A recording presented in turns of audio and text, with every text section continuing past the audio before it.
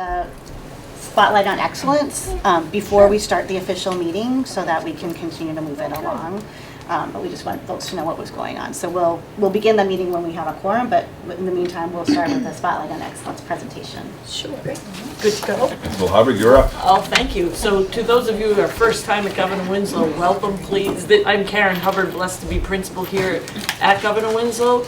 And just for your knowledge, at every school committee, our school committee members go from schools to schools, so we can kind of share one of the many things in Marshfield that are going really well. And here at Governor Winslow, we chose to start with, this year particularly, with early literacy at Governor Winslow, because we try to focus on teaching and learning always, but especially with the past 2 years with our pandemic and things being different, we've really stayed the course. We have wonderful people here to lead us in this area, and we've just felt really proud at focusing on early interventions and early literacy, because if our children can't read, they can't do any of the other subjects anyway. So just to introduce you to the wonderful team here, we're going to start with Pam Roberts, who is our reading specialist now, but also was last year with Jana Murphy. Jana Murphy was working with Pam through this all, and they did such a great job that we shared and gave Jana to the district, so she's now the literacy coach. And we were sad when that happened until we found Nicole Silva, who's equally as wonderful and has hopped right in and done a beautiful job for us.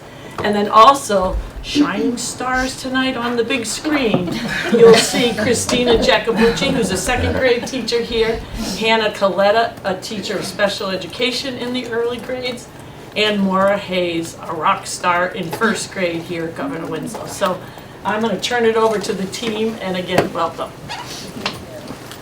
All right.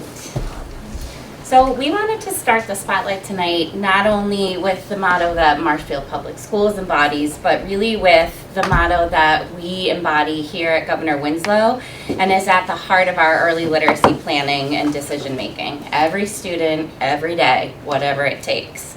So as you'll see tonight, our team approach to planning and instruction really carries through on this mission in a targeted and data-driven way. So since 2000, when the National Reading Panel released their report that assessed the effectiveness of different approaches used to teach children how to read, it's been widely documented that early intervention is key, and that this early intervention really ensures that students will reach grade level proficiency. So as you can see, it's so important because achieving grade level reading proficiency by third grade is highly predictive of later academic and life success. So some statistics even from this research show that with intensive intervention in kindergarten and first grade, it's possible to remediate up to 90% of struggling readers. So with this all in mind, the team at Governor Winslow started to question some of the practices that were originally in place. So, thank you, Nicole. Yes, about 5 years ago, we began to reflect on our intervention blocks. And we started to wonder if they were as effective as they could be, and if we might be able to make some changes to make them more effective to meet the needs of all students. So one thing that we noticed is we used to intervene 3 times a week for 30 minutes, and we realized that that was leaving 5 days in between. We would see the kids Tuesday, Wednesday, Thursday, and then Friday, Saturday, Sunday, Monday would go by, and by the time we saw them on Tuesday again, we had a lot of reviewing to do. So we were spending a good chunk of our time reviewing what we had already learned. We also noticed that we were grouping students based on teacher schedules as opposed to the teacher's needs. Oftentimes students would be in groups with a special education teacher because they were on an IEP, and they would be with reading because they weren't. And when we really thought about it, a lot of the kids that reading was seeing had needs that were more in line with what the special education teacher was working on, and vice versa. We also noticed there were a lot of disjointed instructional practices. We were trying to use the most effective intervention materials in our small groups, and we had instructional routines and different curriculum, and then we realized they were going back to class and hearing different language and participating in different routines and different instructional practices. So we started to think about that and realized that's completely disjointed and ineffective. So we really started to focus on 4 areas of change, and this happened over several years. We realized that we needed time to collaborate, so Karen and Mark scheduled in 30-minute literacy GLCs per week, where reading specialists, special education teachers, and classroom teachers by grade level could all get together and talk about data, instructional practices, curriculum, whatever it was that we needed to talk about. It was devoted specifically to literacy. Another change was the intervention schedule. We went from intervening 3 times a week to 5 times a week, and that allowed for a lot more intensive intervention, which is the way it's supposed to be. You hit them as hard as you can, and then they should be able to move right out of the Speaking. right out of the intervention. Another shift was the way that we notify parents of if we thought that students needed to work with an interventionist, we would send a letter to a parent, ask for permission, they would sign it, send it back, we'd keep track of the slips. We didn't get a lot of slips back. And we started thinking, boy, the way we are supposed to intervene, those kids should be changing. They should be in intervention, and then it works, and then they move out. So we began to send home a parent letter to all K1 and 2 parents from the team of teachers, the classroom teacher, reading specialist, and special education teachers, notifying them that in order to best meet the needs of all the kids, their child may be working with any one of us at any given time, depending on what they needed at the time. It was just a blanket letter. We've never had a complaint, and it works beautifully. The kids are in, they're out, they move around. Sometimes kids are in one group for a week, sometimes they're in for longer.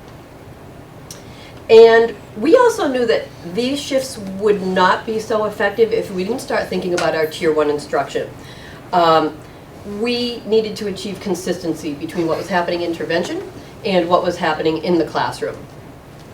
So the first thing we're thinking about when we talk about that Tier 1 instruction is foundations. This is our core phonics program. We began to set the schedule up so that all first grade teachers are doing foundations at the same time, and it's also blocked into the reading specialist schedule and the special education teacher's schedule, so that everybody's doing it at the same time in first grade and then at the same time in second grade. This way we essentially added 2 more groups so that kids, if kids had some gaps and weren't ready to move on, or if they need a slower pace during one unit or during all the units, they're able to work in a group that fits their needs. And this is what it looks like in first grade. On any given day, there are 5 groups of teachers. 3 classroom teachers are working with students, a reading specialist is, and a special education teacher is. And the great thing about having everybody doing it at the same time is kids, again, can move into one group and out of a group as needed. Another change we made was to the reader's workshop schedule in first and second grade. Just to backtrack a bit, when we do placement at Governor Winslow, we place students who have suspected or known reading difficulties into 2 classrooms per grade level, generally. That way, we can have reading services and special education services supporting those 2 classrooms instead of having them spread across the entire grade level, which would be about impossible to do, schedule-wise. So we have our readers' workshop scheduled in for those supported classrooms. So in other words, when teachers get their schedules, they're doing it at the time that's designated, and the special education teacher is as well, and reading is as well. So we have 3 groups in each classroom during their readers' workshop block. Again, being able to meet the needs of all the students. This is what it looks like. A short little video clip. This is what it looks like during a second grade readers' workshop block. Yeah, here's Mrs. Silva coming down the hall with all her supplies. And then Mrs. Coletta joins her. And they show up at Mrs. Lane's classroom. Yep, every day. Yep, 5 days a week. And then they join the class. And the kids know what to do. They get right into their groups. This is where we, here we go. So this is what it looks like once they get into the class and start working. You can see the teachers working with a group. Mrs. Silva has a group. Mrs. Coletta has a group. Some kids are reading independently. The kids really love it. This is what some of our second graders have to say. Reading time, we grab mats and then we get our book box and then we find a place around the room and read quietly. And then when we go with our teacher, Mrs. Lane, we read in our head and then she will tell us to read out loud for her, and then we can talk about the book at the end. Come on, Tegan. Oh, darn it. No. We missed Tegan. Okay. No. That's okay. So in kindergarten, we use a similar model, but in this grade level, we really embody the team approach by bringing in support staff from around the building, including occupational therapists, speech and language pathologists, and the teacher of special education. And so in kindergarten, our co-treat model is 3 days a week. And you can see we have the classroom teacher, the classroom support teacher, and a reading specialist in the room each of the 3 days. And then the support staff comes in and rotates. So we have the occupational therapist in 1 day, speech and language 1 day, and the teacher of special education in 1 day. So we're really using data to form groups of students and rotate them through to make sure they're getting exactly what they need. So this is what it may look like on any given day. So we have a reading specialist in the room, the classroom teacher, support teacher, and in this case, occupational therapy. And here's what our kindergartners have to say. Let's see if they work. At reading time with Mrs. T, I read a book, and with Mrs. Smith, I play rhyming game. The letters have to start at the top so you see me. So, this is how we make it. So that's how we make in lowercase a, by going up and like this. So this is how you make the lowercase a. And I'm going to show you some other lowercases. Okay. Thank you, Jordan. Oh, he didn't get to go. Okay. So, of course, in order for all of this to work seamlessly, we really had to make sure that everybody was on board with the vision of this model and seeing the benefits, because really it does impact every classroom, every student, every day. So it was really about making sure that our planning and scheduling and vision was a team effort. And so here's what the teachers have to say. You know, thinking back years ago when I first started teaching and how in my classroom we approached reading, we approached phonics, all of those literacy skills, we've come so far. And I look back at where I was years ago and I'm so excited about where we are today.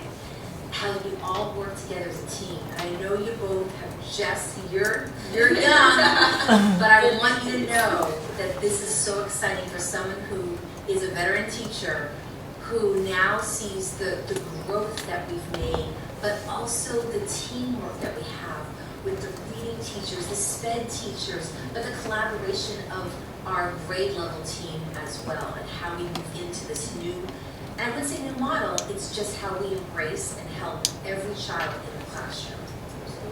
I totally agree. The collaboration between the special educators and the reading specialists have been awesome. We have specific times when we're doing, readers workshop and foundation. We have times for double dose, and it's structured. The whole team is involved. We have planning together. We utilize that time to look at data, and it really just kind of drives our instruction for all the small groups and all of the kids that we see, not just maybe one group of kids that you used to pull for the reading specialist at one time. So I think that's been really great.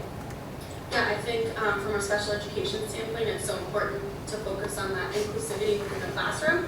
So all the students are either working with an adult or working on a skill within their individualized book that's at their level. So So I think it's really great because we're all working inclusively, and if a student that has a weakness in a targeted area needs that support with a special education teacher, there is that fluidity for us all within the classroom. So.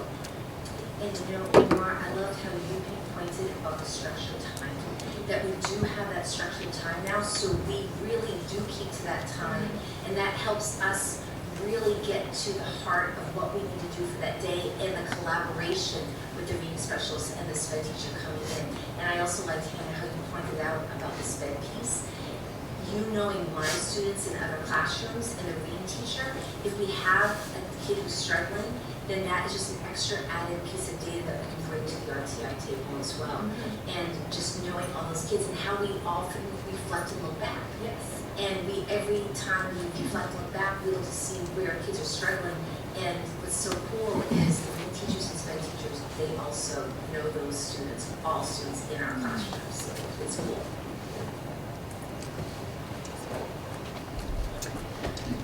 So the big question is, how effective have all these changes been? So we just want to take a quick look, and as a little caveat, this is one piece of data that we're going to show you, but we thought it was a great way to look at it kind of, you know, from a broader perspective, and let's take a look. So when we look at our kids' reading levels, we assess with the Fountas and Pinnell benchmark assessment system. That's what we use currently. We assess students at the beginning of the year, in the middle of the year, and the end of the year. So each student gets a sticky note with his name on it, which we took off for these purposes. And we assign a color to each classroom. So this is first grade. You can see there were 4 classrooms. And we group the kids according to how they came out with the assessment. So the D and E is the benchmark where we're looking for students to be at the beginning of the year. And you can see that we had quite a few students right at that benchmark, and many were below it in the fall of last year. And then in the spring, we do the same thing again. All the kids have their sticky notes. Of course, the benchmark moves forward. As the year goes on, the benchmark gets higher. And this is in the spring. The benchmark has moved up to J, but just about all of our students have moved to benchmark or above. And this is first grade last year. And then second grade, the benchmark was J, right in the middle there. And there were some kids that was probably a little bit of summer slide that you can see here in the lower levels. But then by the end of the year, all these kids have moved beyond at least to the benchmark or beyond. Is the next one you? Oh, is it me? No, yes, that is yes. That is me. I'm happy to. And on a final note, so I hope it was some of it's a little bit difficult to understand if you've never heard any of this before, but in the end, after all this hard work, it does pay off. And this is just one of 10,000 pieces of information we get on our students. But there's no names of schools. There's not. This is from last year's MCAS, grades 3 through 8, growth and achievement. And I'm proud to say that little higher, just a tiny bit, because all of the Marshfield schools are high and wonderful. But it just made you feel like the wonderful work of these people has paid off. And so we celebrate that.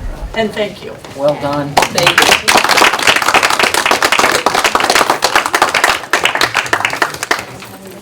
That was fantastic. Thank you for bringing that to life for us in such a fun way and informative way.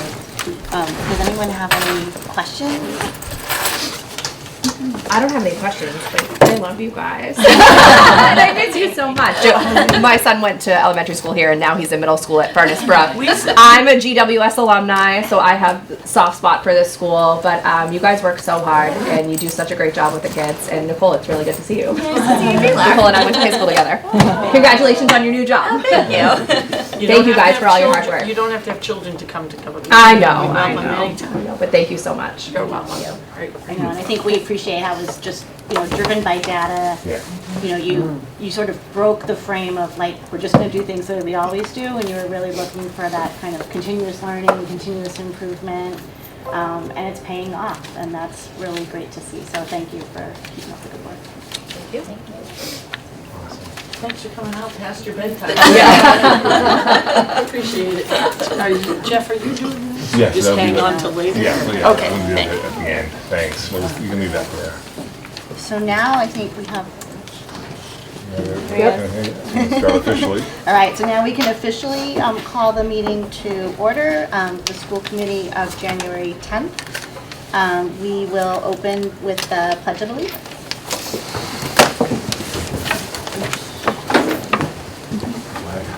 Pledge allegiance To the flag of the United States. This one right there.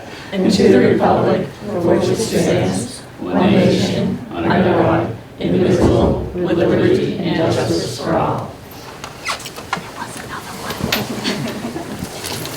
And we'll start with a call of the roll. Mr. Greer, Present. Mrs. Brady. Here. Ms. Boyd, Here. Ms. Stetson, and Mr. Costello. And we'll move into our Peace Builder pledge. I am a peace builder. I pledge to praise people, to give up put downs, to seek wise people, to notice and speak up about hurts I have caused, to right wrongs, to help others. I will build peace at home, at school, and in my community each day. Thank you. And under the open meeting law, I'm informing the public that this meeting is being videotaped by Marshfield Community Television. And if anyone in the audience is taping this meeting, either video or audio, please let us know at this time. Seeing none. And we can move into our student report. Why don't we move into our student representative report? Alright, so I'm the only one here, so I'm gonna go through everything. Right. I'm gonna start with elementary school. So at MES, they have their enrichment program on the 17th. Then they have an all-around the world lunch presentation that's on January 26th. So that's a little into the future. At Daniel Webster, they have a school site council meeting that's today, or I think that was actually supposed to say school committee. But the last day of their health classes for grades 3 and 5 is the 23rd. And then at EWS, they have a Spirit Week starting on the 17th. So the 17th is their Diversity Day, 18th is Unique Day, and then the 19th is Same/Different Day. So it's like their friend activity. And then on the 20th, they have Inclusion Day. Then going into the middle school, they have their 6th grade winter concerts tonight. Their 7th grade winter concert is Thursday. Then their 8th grade is on Wednesday. For the high school, it's just for seniors to order their caps and gowns. Then for both grades, term 2 ends on the 20th. Thank you. Thank you. Have a good night, guys. Me too. Thank you. All right. At this moment, we will ask to see if anyone is here to participate in our public comment. Seeing none? All right. We will move on to our first new business, which is the McKinney-Vento update. Oh, thanks. Robin, and your team? Do I have to stand over there, or do I? Yeah, I want you to sit so the camera can see you. Then I'll get- right? Yeah, you can stand up. And then can I invite them? Yeah. So to start with, the McKinney-Vento update would be that we have right now 66 students in our district who meet the definition of homeless. We have approximately 25 students who are in foster care. And then there are a significant amount of families who I continue to help who are undergoing or are facing economic hardship in some way that means that their kids are having difficulty either being able to participate in sports or do some of the things that their friends want to do. So leading into that, this is a perfect example of how we are better together. And I would like to please present and bring up the board of directors for, come on everyone. Big board here. I would like to bring one of it. So this is the Marshfield Rib Community, am I saying this right? Community Rib Cook-Off. And so this group works tirelessly all year long planning that event. And that event they hold for the purpose of being able to give to community programs. One of them is the McKinney-Vento program, and I am so honored that they consider us a recipient and that they do all the work that they do, and we are able to have some of the benefits of that. one of the things I was able to do immediately, so they donated $22,000 to the McKinney-Vento program.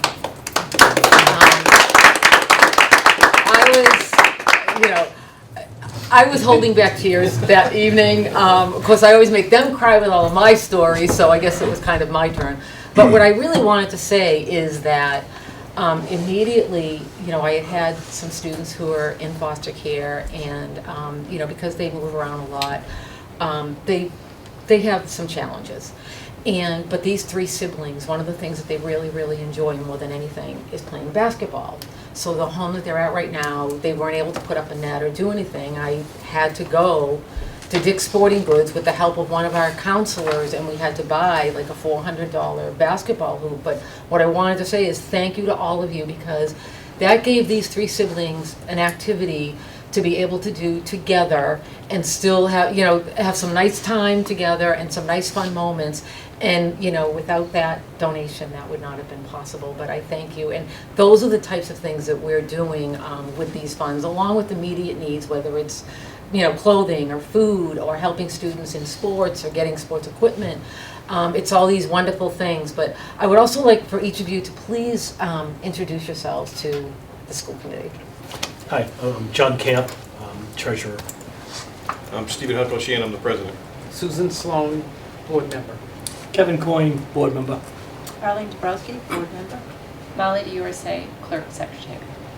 Steve Pontos, board member. Robert Chum, vice president. And there's one other gentleman who could not be with us this evening, Nick Santangelo, who joined us last year on the board.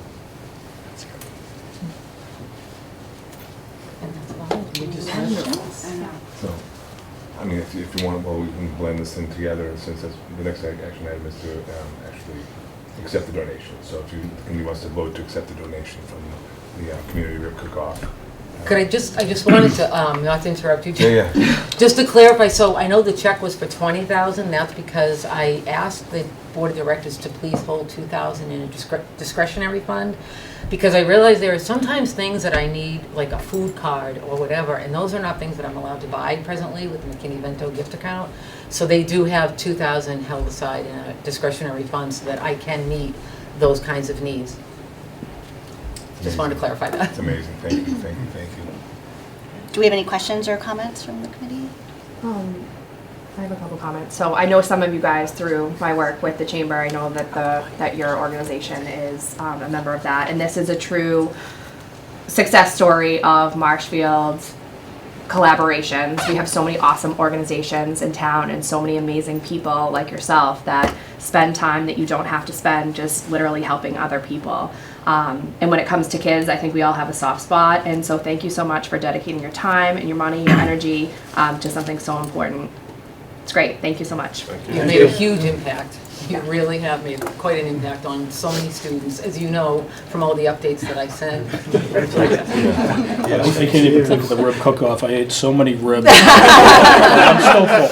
Yeah. No, it was a great turnout this year. You guys did a tremendous job. And, Thank you. I don't know if I can top Laura in terms of comments, but please keep up the good work. We plan to. We're doing that already.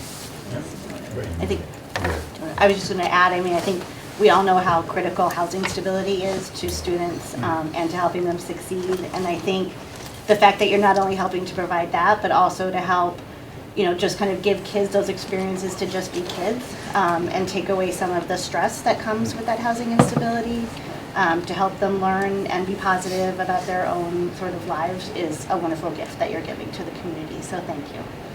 Thank you. Yeah, I just add that the work that Robin's been doing since I've been here. I think Robin came on, I think the same year as maybe the year after I got here, but the need for this work, not just from her, but from groups like the Rib Cook-Off or all the countless organizations in town that come together, and we have meetings. Robin, is in her updates, she's being a little brief, probably because she's modest, but she brings together stakeholders from around the community on a monthly or quarterly basis, and they talk about ways in which they can help our students, our families, across the board.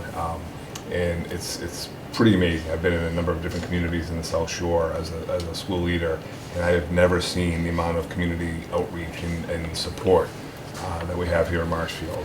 And Robin's really been championing that cause, our homeless cause, is a real one. I mean, I got here that spring before I got hired.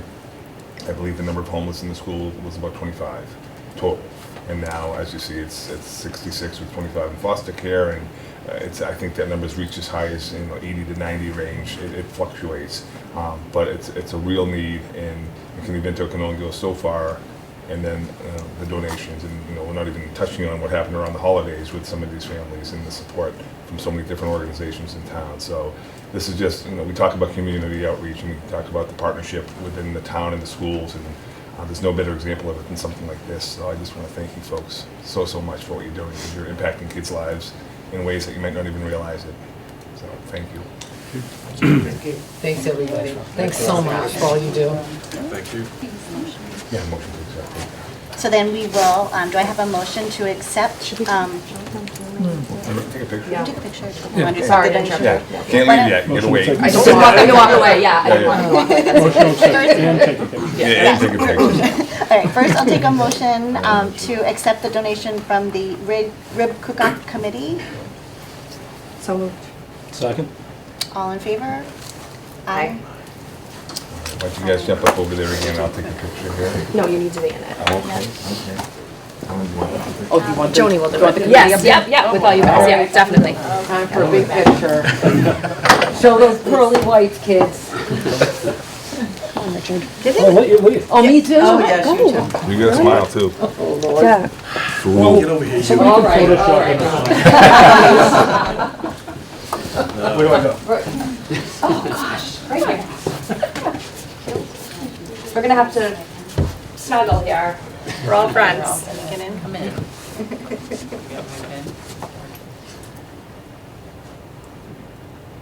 Awesome. Thank you. Thank you very much. Thank you, guys. So do you. Love to you guys. I can't thank you all enough. Great to see you guys. Congratulations. You make dreams come true. Thank you. Thank you very much. Are we voting or table? Let me know. We do a first reading. I'm gonna start skateboarding again.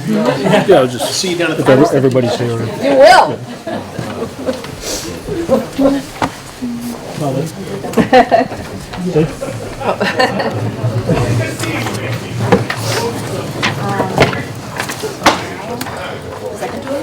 Second donation already. I wasn't sure if someone from the middle school was gonna be here. So now we're going to turn to a second donation that we have from the Edwin Phillips Trust. So the Edwin Phillips Trust, they help a lot of different organizations in the community, and I think this is the second time in my time here that they've granted or supported grants that go towards one of the school endeavors. And this is something that the folks at the middle school put together. We have our one of our rooms for students with special needs is a converted. I think it used to be part of the home ec, the old-fashioned home ec wing of the middle school, and it's a real neat space. It's big, and it has a lot of opportunities for kids to do things in a where they can get out of their seats and be active in the class.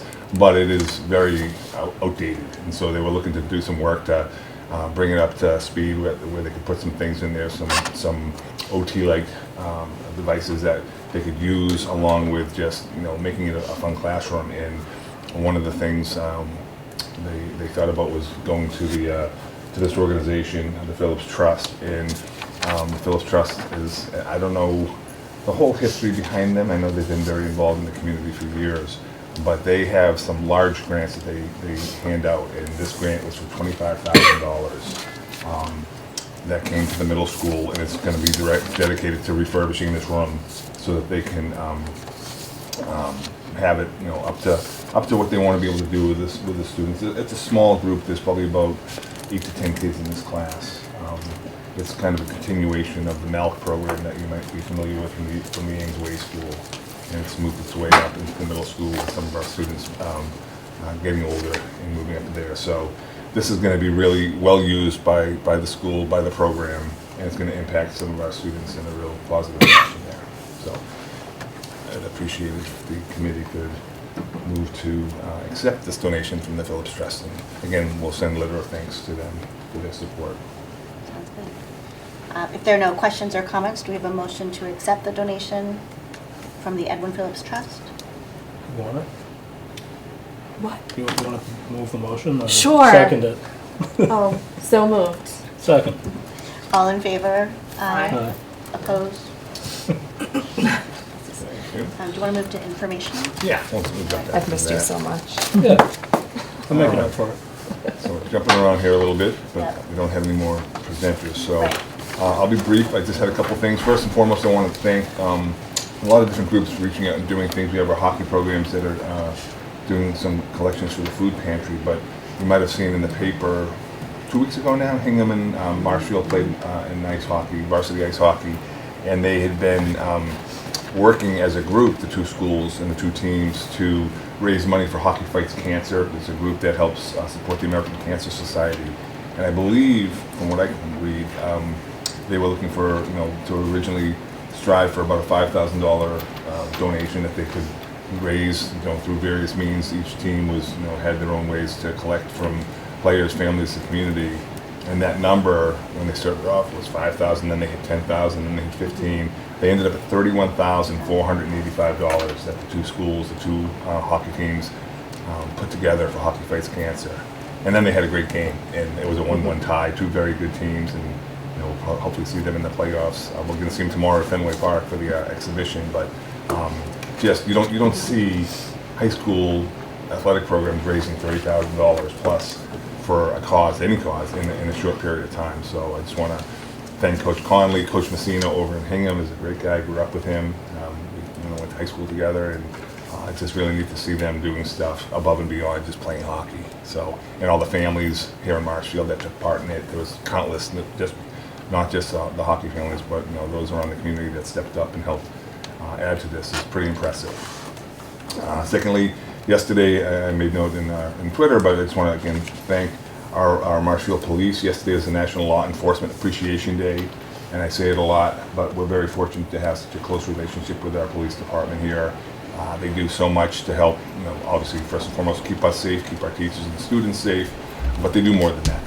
They partner with us in so many different endeavors, and it's really an honor to be able to work with Chief Tavares and his team, and they're welcome here in the schools. They work hard with our students, and we're one of the few districts, as we've mentioned in the past, that has 3 school resource officers, and we love it. And if we could have more, we'd have more. But 3 is great, and they make an impact every day at each level that they're at. So I just want to thank them again in recognition of Law Enforcement Appreciation Day. Just briefly, we'll be having more information down the road, but Dr. Martin and I and Principal Hubbard are involved in the various principal searches that are going to be ongoing. As you know, Principal Campia announced his retirement. He'll be wrapping things up at the end of February, and Principal Kutha will be wrapping up at the end of the school year.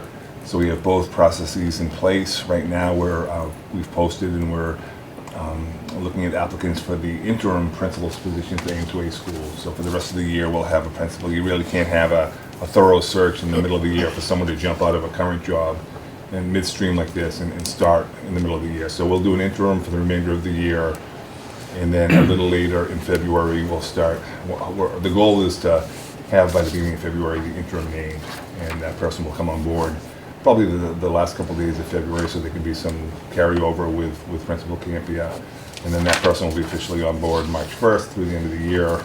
We'll start our search after we have that person in place for the permanent replacement with Mr. Campia. Ms. Hubbard is going to be the chair of that committee. We'll have some parent involvement, staff involvement as well in that committee, as well as a school committee member. I believe Kendra Stetson is going to be the school committee rep on that search committee.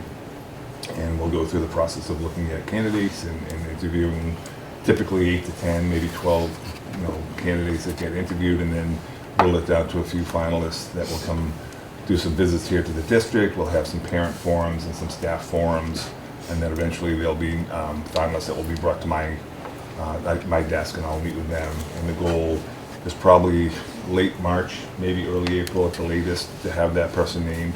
So we're excited about that. And then at the high school, a little bit of a bigger committee, bigger event, just because it's a larger school. Obviously, the student bodies, more staff. and we have just the framework being put together, hopefully finalized, in the next day or so, and then we'll be sending out the posting next week, and then we'll have that for about 2.5 to 3 weeks out there for people to apply. We'll have a search committee put together again as well, maybe a few more parents, a few more staff. We'll have students involved at the high school level as well on the search committee, and Mr. Costello is going to be our school committee rep on that team. We'll have other school administrators as well from the elementary and the middle school level on that team. Same thing, for both searches, we'll be sending out surveys before we start looking at the candidates to get thoughts from parents and staff on what they're looking for in a future principal at those respective schools. So that'll be something that the search committees can be thinking of as they go through the process of interviewing candidates and looking for candidates. Again, they'll come back into the district when we name finalists, and they'll meet with staff, they'll meet with families. Those folks will be able to ask questions, give feedback, and we'll have some type of exit forms that people can fill out. Again, just so we can gather more data on how folks feel about our candidates. I will meet with that person, or those people, I should say, those finalists. And then the goal there is to, by the end of February, maybe first week of March, have a principal named at the high school. We have a March 14th school committee meeting. So I'd love to be able to bring our new principal to that meeting.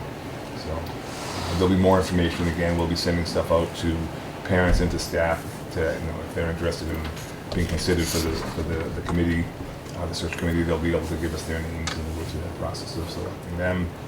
And they're just excited. I mean, we haven't had, I met with the staff at the high school yesterday, and probably 85 to 90% of them have not had another principal here. I mean, Bob's been their principal, and he's been there since 2004.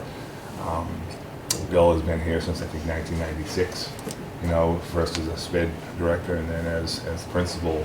So there hasn't been a lot of turnover in those buildings, so many of the staff didn't know what it would look like. So I had to kind of walk them through the process as well. So it's exciting. I mean, big shoes to fill in both buildings, but it's exciting. And, there's going to be a lot of great candidates, I'm sure, both internally and externally applying. And looking forward to this process. I have a comment on the formation of committees. I think as part of a best practice, we should appoint an alternate school committee member to each one. The primary would handle it, but in the event that one couldn't make it, at least would have representation. Mm-hmm. Okay, I would leave that up to you folks on that. I mean, that's fine. I mean, we can do that. That's not a problem with me. But it's worked out well when other it's things that a good we've idea. done. Yeah. So. Can't hurt. Yeah. Because a lot of times life happens and people get tied up. Right. Yeah. Okay. Yeah. And so where else did we go here? Sorry.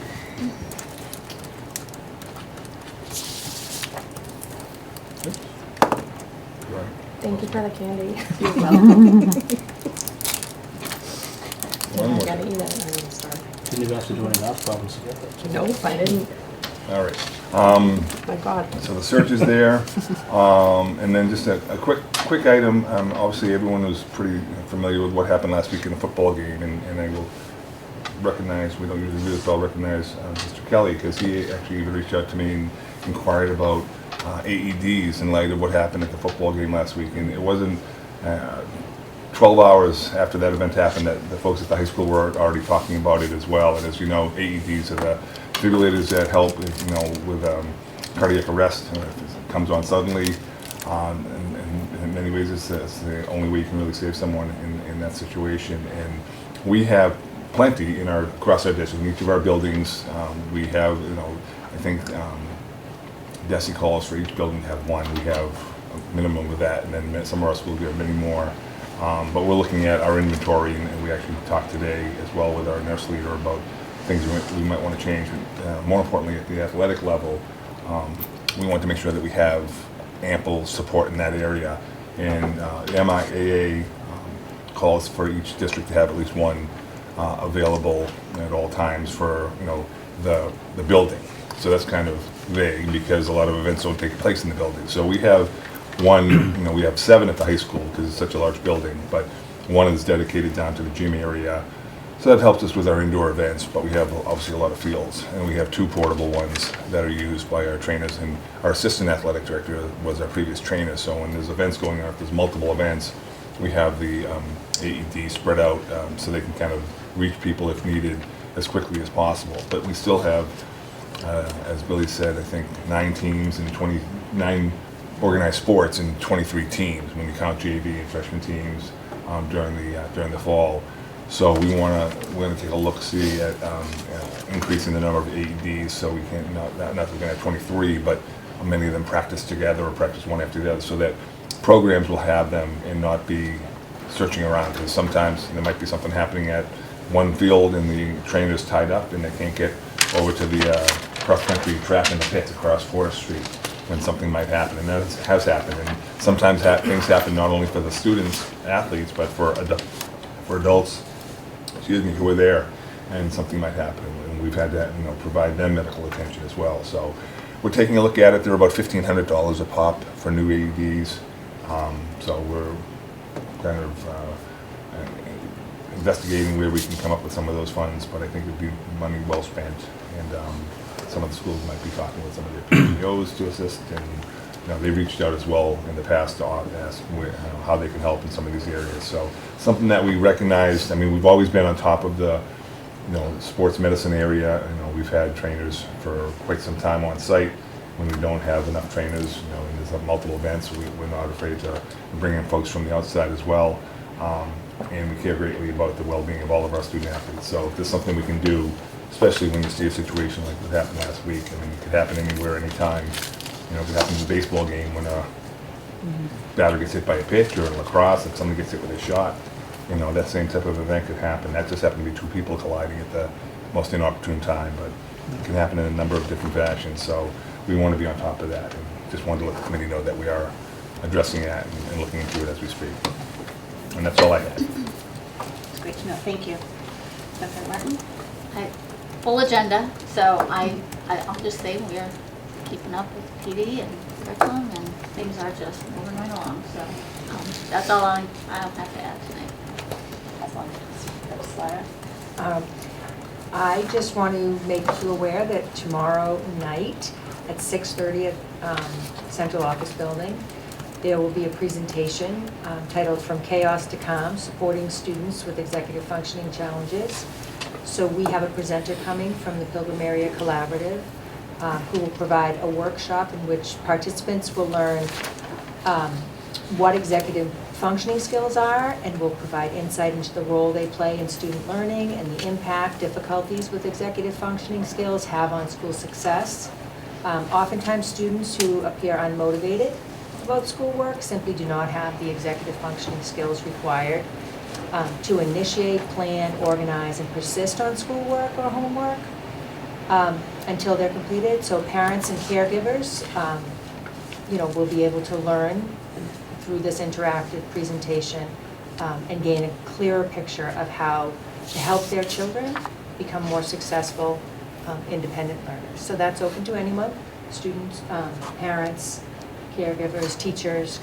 So it's done through the Special Education Department and the Marshfield CPAC. That's tomorrow night at 6:30. Thank you. Ms. Miller? Heavy agenda, so I'll move it right along. Sure. Why don't we move right into your items then? We will go to early childhood there. What? Early childhood tuition? Early childhood, okay. So this is I did update the committee at the last meeting, so this is a first read, potential vote if the committee so chooses. The early childhood department would like to publish to get their registration started for next school year as soon as possible. So the proposal here is an increase from $2,500 per year to $2,750 per year, a $250 increase. The last increase was 2 years ago for a similar amount, for the same amount. It had been quite a while before there was an increase prior to that. There is, of course, a sliding scale tuition assistance, which is utilized by a good portion by many people that do attend the program and do pay the peer tuition fee. Just really quickly, it's a peer model, integrated preschool. We have students that do attend no charge because they're receiving services, and then we do have approximately 50% of the students that do pay this fee. The funds from the tuition go directly to the program, and there is a comparison of South Shore tuitions from this school year provided. Right now we're at $2,500, which is the second lowest on the South Shore with a number of other communities. It ranges from $3,300 to a neighbor all the way down to $1,700 in one community. So it runs the gamut. This is all based upon the 4-day model, 2.5 hours per day. So when you do look at it, the 2.5 hours per day comes out to about a little over $20 per day. So it's still one of the best bargains in town, and there is typically a waiting list to get into the program. So we'll be utilizing these funds just because of the increasing costs in the program. Any questions? Yeah, the question on the, I guess, free services. Where's the money come from? Sorry. On the free services, so the kids at that age that need services, where is that money coming from? That's in the budget, operating budget. Well, I get that, but are we being reimbursed for that, or is it on? Yeah, it is part. We do get reimbursed through Chapter 70 funding from the state. Okay. For preschool. And does that cover 2.96. it all? Yes. Okay. Yeah, I just want to make another comment. I'm ready to vote on it, but I'd feel better if we were all here, but I'll defer to the majority. It's only a first read. Yes. Yeah. Yeah, we can Which wait is on that fine. First read, we can hold it till the next meeting. We could move in then to the driver's education portion. On a similar front, this is a increase in driver's education tuition. We currently charge $675 for our program. Great program run by Mr. Howerton over at the high school with the help of many of the educators in the building. The last increase was $75 2 years ago. And then prior to that, it was just a $25 increase back in 2016. So this increases $150 to $825, which would still make the program the least expensive in the area. This is primarily this increase is primarily to pick up the increasing costs on the hourly rate that is on the horizon, and also, as you can see, our 4 vehicles currently in the program are all from 2009 to 2012. So Carl's working with a couple dealers to try to get at least one new used vehicle into the program, hopefully 2, and obviously that comes at a cost. So the proposed increase is to vote to approve the fee at $825 per session. This would go in effect in March. Of this year. This is also a first read. Does the committee want to hold till the next meeting? That would be my preference to let Sean and Kendra weigh in on it. Unless it's time critical. As far as the time criticalness of this, I mean, we held on a second vote. I think this. I mean, they're both. Both of them have been antsy to get advertising. So I think. I know early childhood. I think they could wait another 2 weeks. I think for the March program, I do think we want to get that out as soon as possible. So that would be. I think it would be beneficial. I'm comfortable voting. Yeah, I'm fine too. Whatever you want to do. Do I have a motion to approve the increase in the driver's education tuition to $825? So moved. Second. All in favor? Aye. Opposed? All right. Thank you. And this, just for clarification too, Tom, this is completely out of our budget. I mean, this is Yes, not- both these items are not. the driver's education is completely out of our budget, completely self-funded. But as Mr. Greer alluded to, the preschool tuition from the peers helps supplement the program. But all the money from the tuition stays in the program. And one more. We'll do the book surplus. Certainly. So this is a proposal from our high school librarian, Ms. Hamburgess. It's a fairly lengthy list of titles. She did provide an explanation that each book is thoroughly reviewed before it is placed on the removal list as designated as surplus. She looks at the statistics on usage and how much books are checked out, and looks at the data for each book subject, relevance to curriculum, condition, and makes those decisions. These books will be, once they're determined to be surplus, we will look to put them up for sale if anybody is interested, and then after that they would be look to be given to a nonprofit. So, yeah, question on that, Tom. So it says the financial implication is none. Is that really a true statement? Does it cost us money to get rid of these books? No, not presently. So if we give them to a nonprofit. Actually, I shouldn't say that exactly, because there are differing. I think we still have a nonprofit that will come and take them for no charge. So I think. Yeah, and I have to ask the question. You may or may not have the answer, but I see 479 books. Yes. On this list. How many do we even have in the library? Ooh, good question. I probably should have. Well, I mean, are we in the thousands, or is it like? Oh yes, yeah.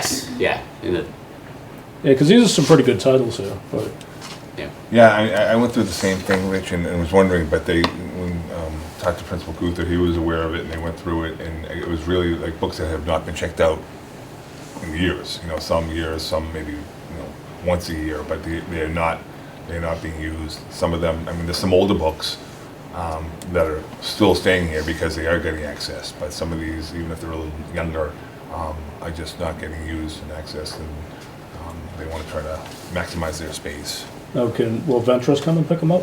You can check with them. Tom, the town library, did they ever inquire about accessing our books if we were to give away? Would we give them? Good question. No, but I think we can definitely we can check reach with, out to them. Cindy. That would actually be the first place to reach out. Yeah. If they don't have it. Yeah. Yeah, that's a good call. Even the dumbest monkey will find a coconut once in a while. So do we have a motion to You put that declare in the the books from the MHS library as a surplus? So moved. Second. All in favor? Aye. All right. Opposed? All right, thank you. Thank you. Okay, sure, we'll do, go to an old business, an update on the regional agreement with the South Shore VOCTEC. Yeah, so just briefly, we don't have to act on this tonight. I think, though, at the next meeting, we'll definitely want to just officially affirm a vote to move to, either to, move to town meeting an article that would give the community a chance to opine on whether or not we are able to join the South Shore Vocational Regional Technical High School. Right now, working with Mr. Hickey, at the last meeting I talked about some of the financial agreements that have been reached as far as what we would owe coming in, again, beyond tuition, that, all member schools have to pay for their, whoever's enrolled from their district. But again, quick refresher, there's kind of buying into their stabilization fund. We've come to an agreement on a total of about $390,000 that we would have to pay over 10 years. This is money that's been being accrued for decades on their end, and it's an asset that we would have access to. So as part of the agreement, we would pay into this for 10 years, $39,218 a year. So beyond whatever we're paying for students that are there, this would be worked into that tuition. And then the big question, and we talked about this at length, so I won't regurgitate everything, but if they take on a debt project, right now there's no capital debt. If they do have a debt project like a new school, or if it was a major renovation of a school, there's the agreement that in year one we would have no payments into the debt. In year 2, 3, 4, and 5, they would look back at the previous October enrollment, and if, depending on how many people we had in the school, we would pay that percentage of the debt that might exist. And again, if we're talking a new school, we're talking more than a few years down the road. But there's a plan there for years 2, 3, 4, and 5. Then after year 6, or when we get to year 6, they would look at the debt that we had on our previous year's enrollment, October 1, 2028. That's what they're playing it out as it right now. And then in year 7, they would look back if there's any new debt beyond that. So year 6, they go to that last year's, whatever that number was, that's our number. And that's it moving forward. Okay, if there's any new debt, so say they have the school and they take on another field project that's going to be $5 million.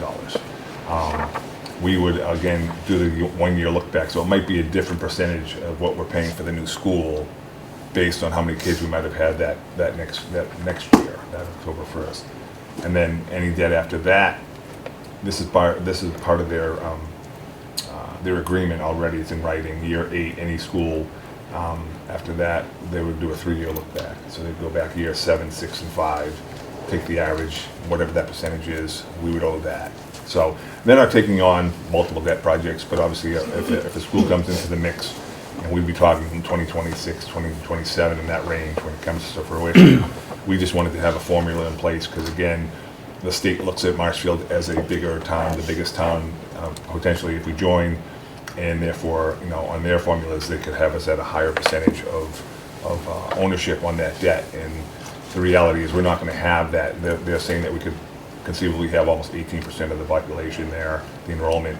We're not going to hit that. We might hit that number someday down the road, but the first 4, 5, 6 years, we're not going to be close to that. So we didn't want to be responsible for that higher of a percentage of ownership in that debt.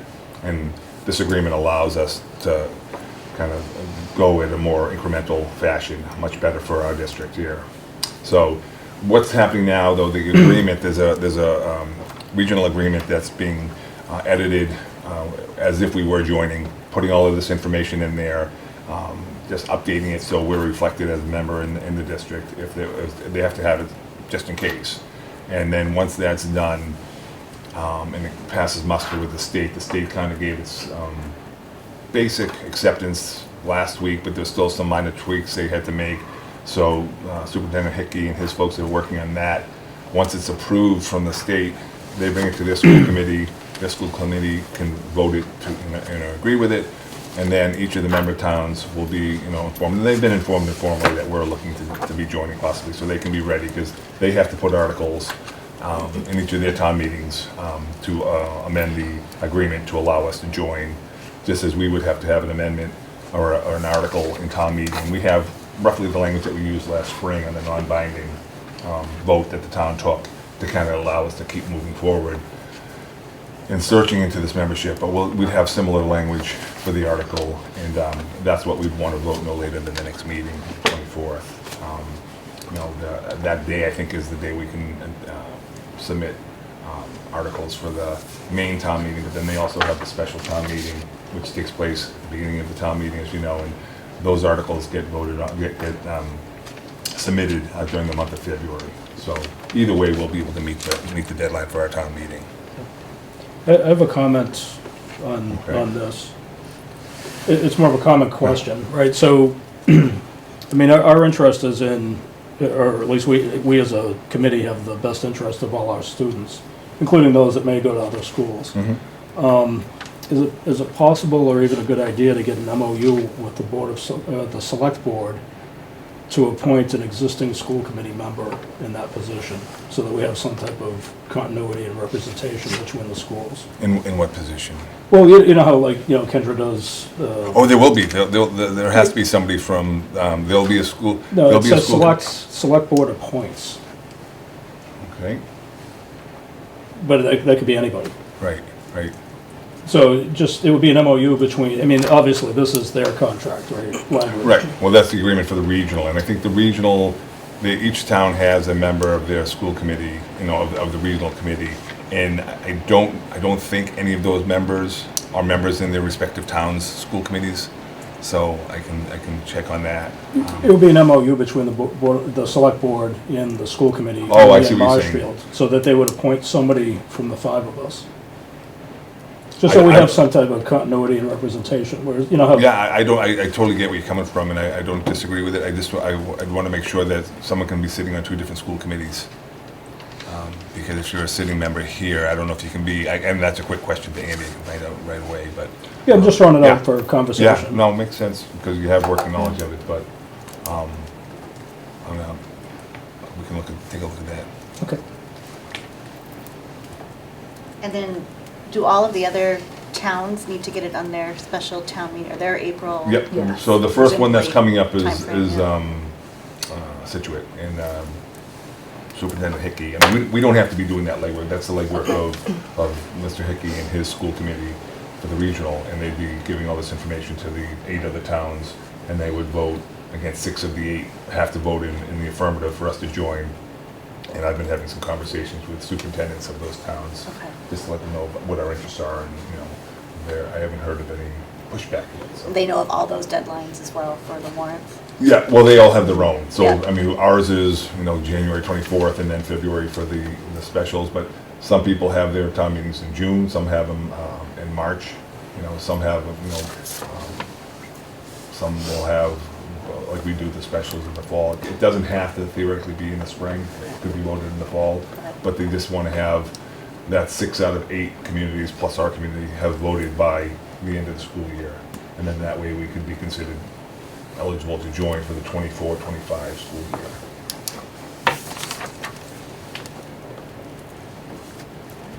Okay, but we'll have more info. Hopefully the agreement will be finalized with all the DESI approvals, and then even if it's not by the time we put forth the motion for the article is just the article to allow for us this to be discussed in April at the town meeting.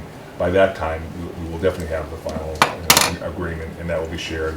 We'll present it to the school, to the selectmen here in town as well, talk to them about the whole process, and we'll post it on the website, we'll have it ready at town meeting, all that kind of stuff, so folks have as much information as they need. Okay? Good, thank you. Awesome. I think we move into our last item, which would be the budget. Yeah. So, I have to step up just for a quick. we're ready. So let me set this up, then I'll take my time. Stretch our legs. Excuse me. Certainly.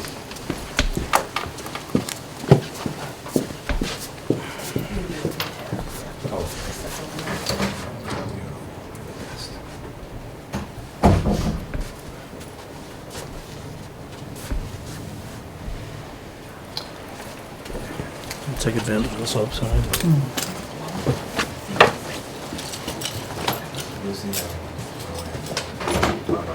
That's the show, the slideshow. That's all right. Oh, they both jumped out. Take a pause for a second.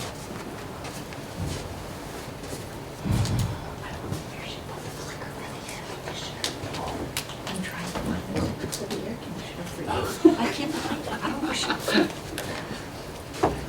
I'm deaf as it is. Every time he's like, I was wondering why you couldn't hear. I blowing on thought the poor guy. I thought you were kind of joking. You couldn't hear? Well, no, it's buzzing a little bit. It's like with the buzzing and then. And then we're talking that way. Yeah. as opposed to this way. I can't hear anything. I don't know where I put the clicker. That's not it. Sorry, I'm trying, Tom. It's fine. Poor guy. Usually 110 I degrees. love the screen here. This is great. Isn't it? It's much better than that other one. Yeah. That's what Dave's talking about doing for us upstairs. Yeah. Although we want a bigger one for upstairs. No, bigger, Yeah. but yeah. Yeah, same concept. You guys are both too big for that. I am Oh, sure. I'm sorry. Cindy had this in her office. You should come to these meetings. Actually, I don't mind it. You in his office is like 10. I don't know where she put it. The air conditioner, I can turn it off, but it always was on this back counter. It's not there. Probably hidden in the drawer. That still is where it is. No, it's Liza.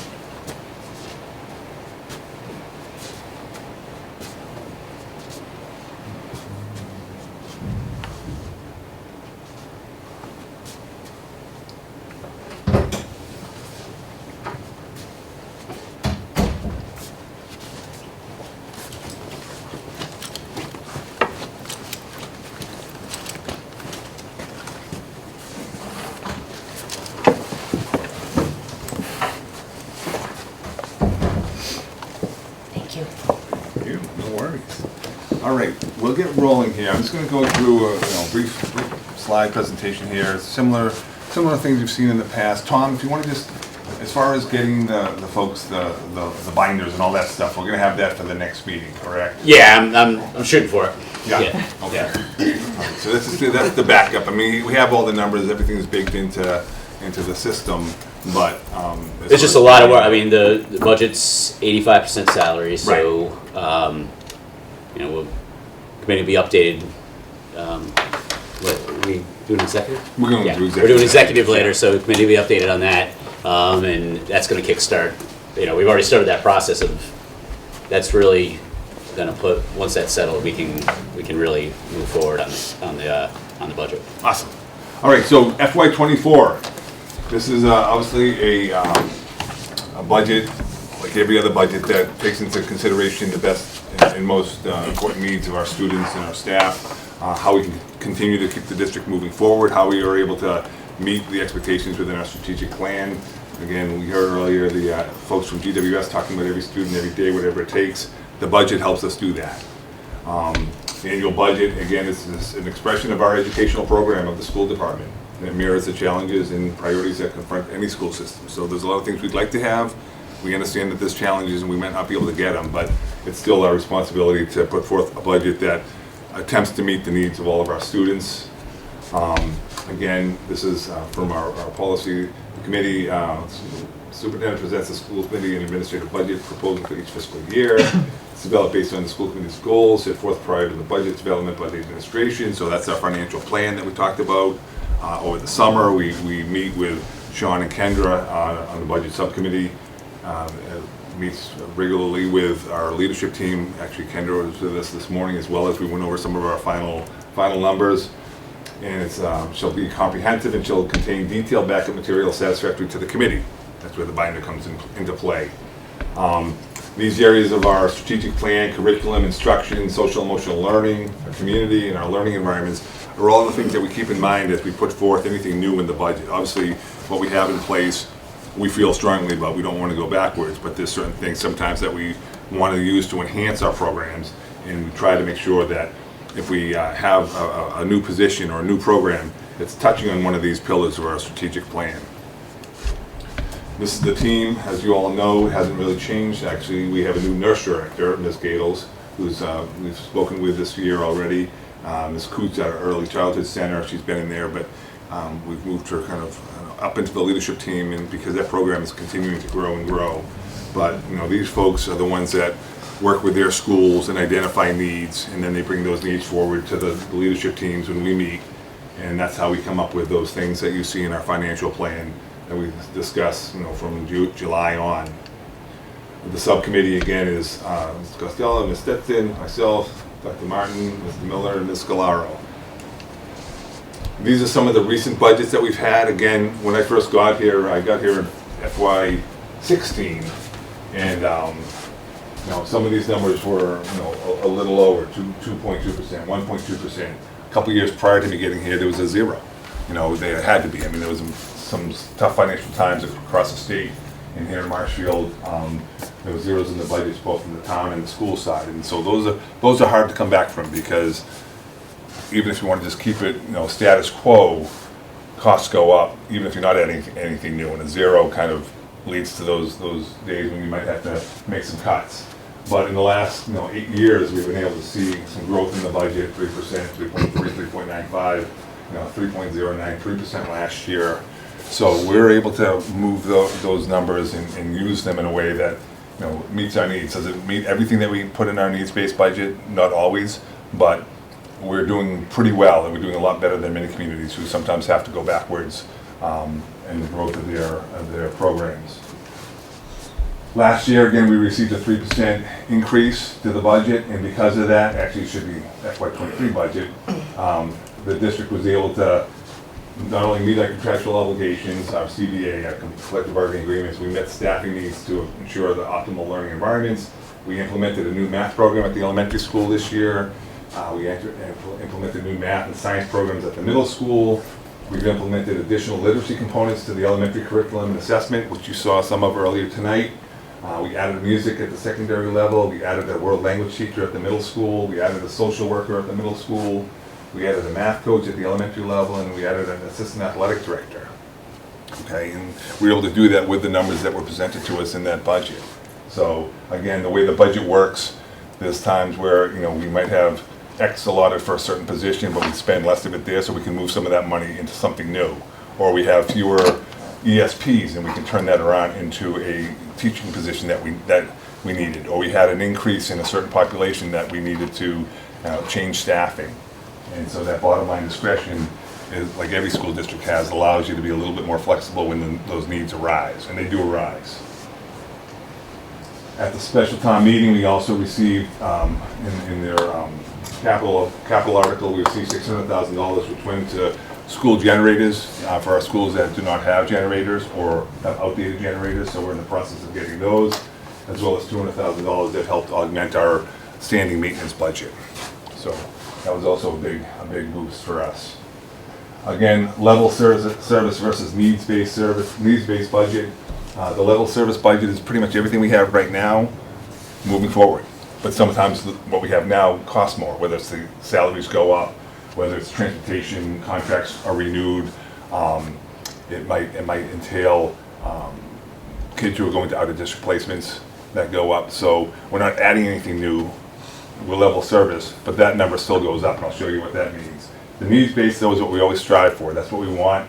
We feel we need to meet our not only our contractual obligations, but what we need for our students and for the programs that best support the students. And that's where the work from the principals and their teachers and our leadership team comes into play. And we try to identify in our financial plan what we could really use to help improve our district. This is a rough breakdown of the FY23 budget, preliminary budget. I should say this would be the FY24 budget. I'm sorry about that, typo on my part. Our FY23 budget was here. It's $54,154,310. Right now, Tom had put in, even though we are still negotiating, we put in a 3.25 potential increase in projected salary increases. So that would be an additional $1.7 million added to last year's number. And then these are estimated operational increases. The state, through DESE, passed regulations, I guess you could call it, that called for private special education schools to be able to raise their tuitions by 14%. So we don't have, all of our kids who go out of district don't go there to private schools. Every year they set a percentage that they can increase their tuition. Typically, it's never gone above 6 or 7. Usually it's in the 3 to 4% range, and this year they said 14% based upon inflation and and the economy. Of course, we can't raise our percentage by 14%. We're capped at 2.5, and with additional. So based on the number of students that we have currently in private schools, private settings, that projects to be about an additional $350,000. Now, there's still, that number is not set in stone. We have a new governor in place. House Budget 1 hasn't come out yet. Oftentimes, with a new governor, there's kind of a honeymoon period, and they might, put forth budget numbers that, assist the Downs a little bit more than they were expecting. That would be great. If they helped us with that 14% increase on the private school tuition, that would be great. So we're hoping that that might change a little bit.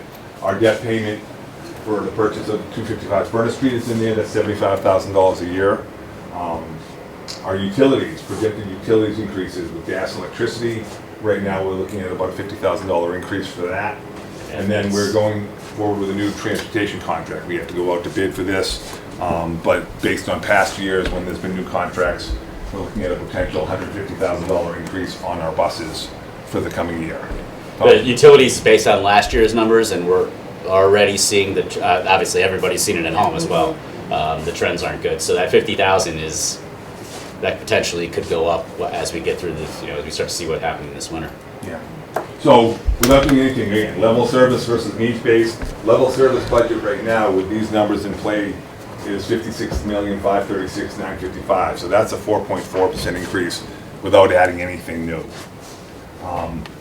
We do have in here from the financial plan our needs-based enhancements. I'll walk through in the next slide what that looks like. But that's $450,000. Last year, our needs-based enhancements were about $660, I believe. This year we pared it down. We were able to push some things off maybe to FY25 or 26 or 27.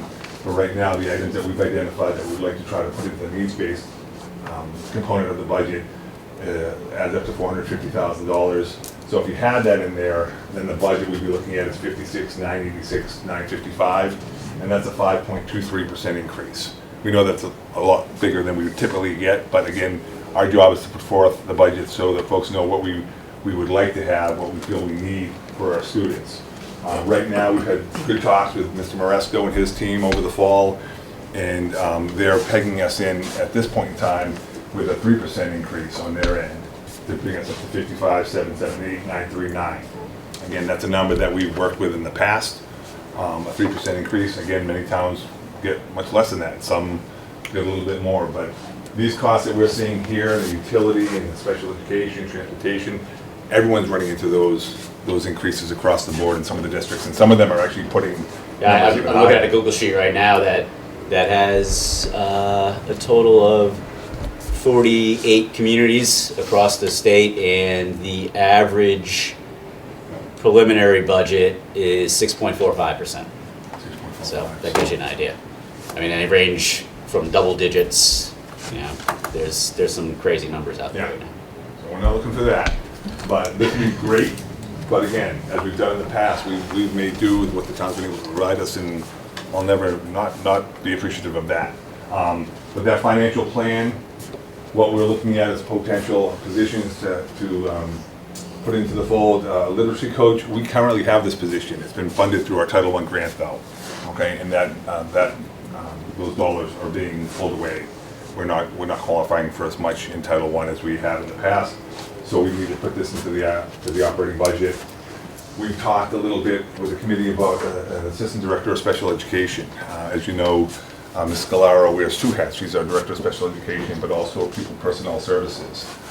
Really one of the few, if only, people in our region that wear both those hats. And with all of the things that have been going on in special education on a weekly, if not daily basis, and a lot of the programs that we have in place here in the district, having someone else that can work with her to ensure that the programs that we have in place are doing what they need to be doing, to make sure that our staff in those roles are being adequately monitored and supervised and supported, and to make sure that we're not missing steps along the way, because in the world of special education and pupil personnel services, things crop up on a drop of a dime, and we could be thinking that there was no issues along the way, and then all of a sudden we run into a couple areas that need Ms. Scalaro's direct attention, and while that's being dealt with, there's a whole number of things that are going on a daily basis that really need another set of eyes. So we've talked a little bit about this throughout the year, going back to last year actually, as a need, and this is something that we've put into the financial plan. I feel it's very, very important for the district. Social workers at the elementary level. This is something that if you ask Ms. Hubbard and her team, and I know sometimes you like to have feedback from the principals, bar none, their number one need are these social workers. We have kids coming to school right now that have a world of different issues impacting their learning ability. And it's not just learning challenges, it's emotional challenges, social challenges, and having some social workers in the elementary level to spend time, just like we have adjustment counselors at the high school that work with kids who are going through some ups and downs. We're seeing more and more of that, and I don't know if it's a post-COVID thing or not, or it's just what's going on in our society, but kids are being impacted from learning because of some of the things that are happening emotionally to them, and we want to be able to provide the supports so that they can get through those challenges and then be able to meet their academic challenges, our academic needs. And having a few social workers, we actually have more in the plan, but we put some of the other ones into the outer years. But we would really like to get 2 of these positions in place for next year if possible. Math coach at the middle school. We've seen great success this year with our math coaching program that we've had at the elementary level. We've had reading coaches for years. When I first got here, they started bringing them on board, and the impact on literacy was huge. And we finally, in the last 2 years, were able to kind of transition into getting those supports in place for math, and we're seeing that work paying off as well. But we'd like to ramp it up a little bit more and have someone up at the middle school supporting them as they go through year 2 of their new math program. So that's a position that we've identified here. Unified athletics, we talked a little bit about this in the past. This is not big dollars, but this is something that allows our students with disabilities to be able to take part in athletics. There's a number of schools in the area that have these programs. Most revolve around basketball or track.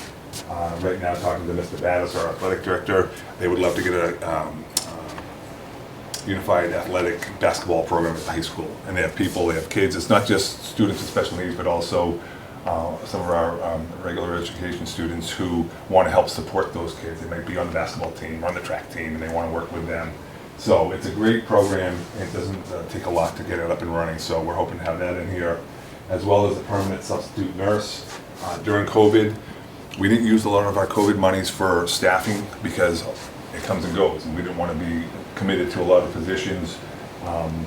And the only areas that we really put any dollars towards positions were either in nursing or in custodial work, because those are the two areas during COVID that needed the most support, and make sure that we had people in place. With so many needs at the nursing level, we had two permanent subs that kind of just were floating nurses, and we were able to work one into a position when someone retired, and we had this past year continued with one revolving nurse, and that was paid through grant dollars, but now we want to make that a part of our operating budget. And really, I mean, this person is used on a daily basis throughout the district and will continue to do so. And if we don't have a substitute nurse, the rate that you pay to get a substitute nurse would equate to, over the course of 180 days, would equate to having this position in place. And you don't always guarantee that you have someone available. So this gives us the stability of knowing that if someone's out, we don't miss a beat, and we can continue to support our children. So these 6 positions here total the $450,000 that we had in our financial plan that we put forth in the budget. And it'd be great if we can get that, but again, if you go back, right here is where we're at with nothing new, and then we add at another 0.8% if we have those items from the financial plan. And that's obviously a little higher than where we're at with the town. So we have some time between now and the end of the spring until the town meeting, see if those numbers can change a little bit, but we want to be able to present to the committee what we feel are the items that are most needed. Again, the other things that are still out there, governor's budget, we might find that we're getting more money from the state. The communities are getting more, we're just not sure. Circuit breaker dollars that can, new dollars as well as those that roll over, that has a big impact on what we're able to do, especially in the area of special education. Contract negotiations, we're close to settling and finalizing with our teachers. We still have one more unit we have to negotiate with, but we've done the rest of our negotiations. So we'll have some pretty set numbers, hopefully, moving forward that we can plan around. The state and federal grants that we're continuing to seek, some of them are beneficial to us. As I mentioned, though, Title I is an area where we're losing some money there, so that's not a good sign. Local revenue forecast is always something that changes, and we work with Town Hall on that. Our SPED and student service costs, again, we need to see what the state might do to help us out on that 14% for private school tuitions, because that's a big hit. Our enrollment obviously has an impact on the budget, as well as where we stand with South Shore VOTEC. If we join with them, it probably won't impact this next budget, but it will start having some impact down the road, in a way that just, if the membership grows there, it just diverts some of our dollars. So those are the things that are out there. What we're going to continue to do is meet and discuss as a team, work with our financial subcommittee here with the school committee. We'll be presenting in 2 weeks again the final budget. We'll have some more backups for you there at that time for you to make your decision on. Contract negotiations will hopefully be wrapping up soon. Lines of communication with Mr. Moresco and his team continuing. Budget subcommittee, as I said, will review that target number. Budget and district goals will be discussed at our future meetings between now and April 24th. We'll meet with the advisory board at some point in time with the Board of Selectmen and discuss both our operating and our capital costs. And then April 11th, you guys typically vote a final number. I don't think I think only once we've had to go to the meeting itself and vote just prior to the meeting a final number. But hopefully we can have things lined up that you can vote on the 11th, and then we come into town meeting on the 24th and see how it goes. So that is the quick Reader's Digest version of the budget. And again, there'll be more information coming to you, and obviously there's questions between now and next week, you can send them my way or Tom's way, and we'll answer them. But we know it's never easy, and I take pride in the fact that when we do ask for things, we feel that they're pretty important, and they tie to the goals that we have as a district. And you know, we're able to make do with the numbers that have always been given to us by the town. And any extra we can get is great, but I get it that it's not always possible, and we'll do whatever we have to do with what we have. That's all I got for now. Any questions from the Questions? committee? No, no. I get a lot of questions, but not right now. Okay. I've one. Yeah. You mentioned Title I a couple of times, Yeah. and the, like, not getting as much funding from that. Can you explain, like, why? I'll turn that over to Doc. She's the expert. So, before this year, we were getting about 500,000. This year, it was cut pretty much in half because our census numbers reflected a lower percentage of families in poverty than Title I wants for certain pockets. So there's a few different buckets for Title I. So we qualify for one bucket. We used to qualify for a second bucket because of that percentage, but when that percentage dropped below 5%, we lost that funding. And so we're looking, they just sent out the census numbers, and we're at we're around 4.5%, and we'd need to be at 5% in order to get that money, those funds back. So we're still going to be below that. Well, now I have a question. Yep. How delayed is the census, and how accurate is the census? I want to say, actually, I can look that up right now. It's not accurate. Yeah, so can we have an attorney look into that? I mean, we're willing to bet based on the number of additions we've had to the district, Right. that we That may doesn't be in even that make any category. sense. No. So they sent a warning.